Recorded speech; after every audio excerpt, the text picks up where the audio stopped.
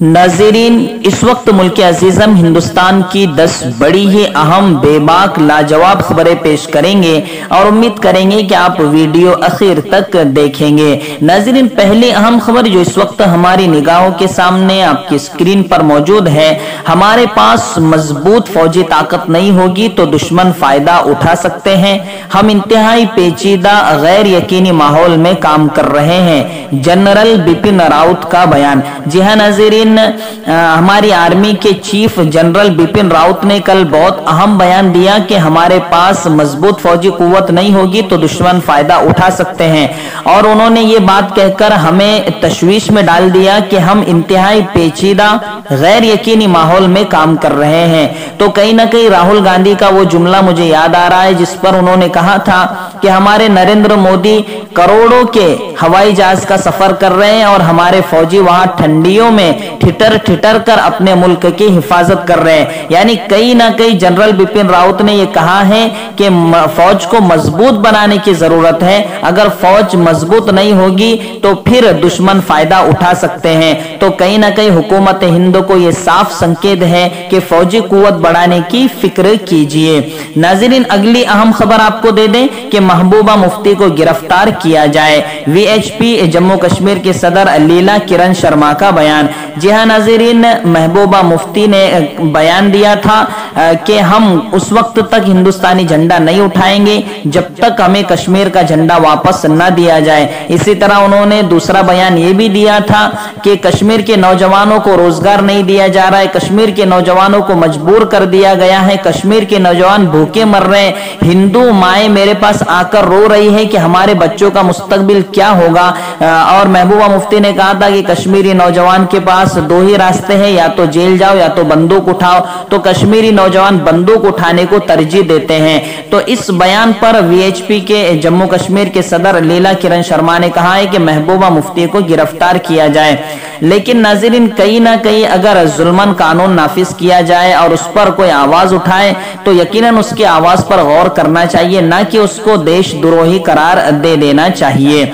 नाज़रीन, अगली आम खबर आपको दे दे कि नोटबंदी की चौथी सालगिरह पर केक काटना कब्र पर केक काटने जैसा है।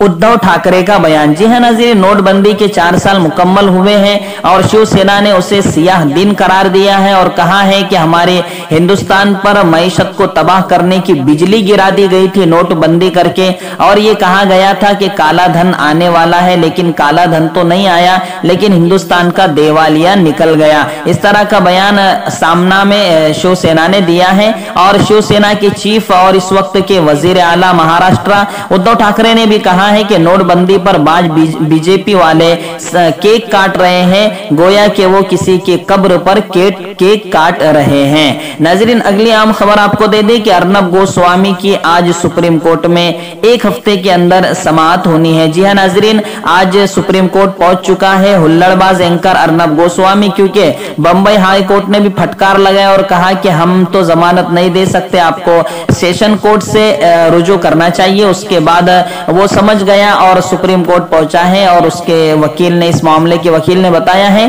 कि 1 हफ्ते के अंदर सुप्रीम कोर्ट में जमानत हो सकती है, समाअत हो सकती है। सॉरी, जमानत तो पता नहीं कब होगी, इसलिए कि खुदकुशी पर उकसाने का मामला है। नाज़रीन, अगली अहम खबर आपको दे दे कि दाऊद इब्राहिम की जायदाद 23 लाख में नीलाम हो गई। रत्नागिरी में मौजूद छोटी छोटी जायदादें कल नीलाम की जा चुकी है, जिसकी कीमत 23 लाख पहुंची है। नाज़रीन, अगली आम खबर आपको दे दें कि बिहार असेंबली इंतखाबात में एमआईएम ने 5 सीटें जीती हैं, और ये कहीं ना कहीं बहुत बड़ी कामयाबी एमआईएम की देखी जा रही है। और असद ओवैसी ने बिहारियों का शुक्रिया अदा किया कि मैं बिहार के आवाम का शुक्रिया अदा करता हूं, और मेरे पास वो अल्फाज नहीं है कि मैं बिहार के आवाम का शुक्रिया अदा कर सकूं। नाज़रीन, अगली अहम खबर आपको दे दें कि एनडीए ने फिर से 125 सीटों के साथ बहुमत हासिल कर लिया है, लेकिन वही दूसरी तरफ महागठबंधन ने दलील के साथ कहा है कि हमारी 119 सीटें आई हैं, और लिस्ट भी जारी की है और कहा है कि उन्हें खुशखबरी भी दी जा चुकी थी, बधाई भी दी जा चुकी थी, और उसके बाद फिर सर्टिफिकेट नहीं दिया गया और ये कहा गया कि आप 15 और 17 वोट से हार गए हैं। तो कहीं ना कहीं या तो आरजेडी ये कहना चाह रही है कि हमें हार हजम नहीं हो रही है, और दूसरी तरफ ये भी है कि यकीनन यकीनन ऐसा हो भी सकता है। तो कहीं ना कहीं आरजेडी की बात पर गौर किया जाना चाहिए और इलेक्शन कमीशन ने रिकाउंटिंग फिर से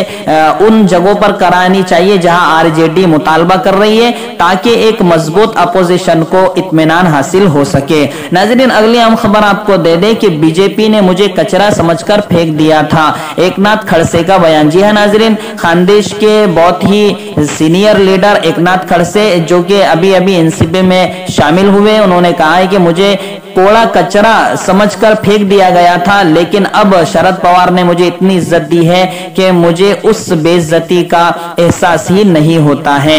नाज़रीन, अगली अहम खबर आपको दे दें कि दिसंबर से सरमाई इजलास मुंबई में होगा महाराष्ट्र का, जिस पर बीजेपी ने कहा है कि सरकार हमारे सवालों से भागना चाहती है, सरकार मराठा के रिजर्वेशन पर बात नहीं करना चाहती है, और भी बहुत से मुद्दे हैं जिस पर बीजेपी सरकार को घेरने की कोशिश कर रही है। लेकिन ये वही मुद्दे हैं जिस पर घेरने की कोशिश कर रही है कि माजी के जो 5 साल देवेंद्र फडणवीस थे महाराष्ट्र सरकार के वजीर आला, तो ये वही मुद्दे हैं जिन मुद्दों पर आज बीजेपी आवाज उठा रही है, लेकिन बीजेपी उन मुद्दों पर कुछ नहीं कर पाई है, तो उसका पहले जवाब बीजेपी को देना चाहिए। नाज़रीन, इसी तरह की बेबाक, लाजवाब और दिलचस्प खबरें पाने के लिए हमारे YouTube चैनल बेबाक न्यूज लाइव से जुड़ जाइए, सब्सक्राइब कीजिए, लाइक कीजिए और इस बेबाक आवाज को शेयर भी जरूर कीजिए।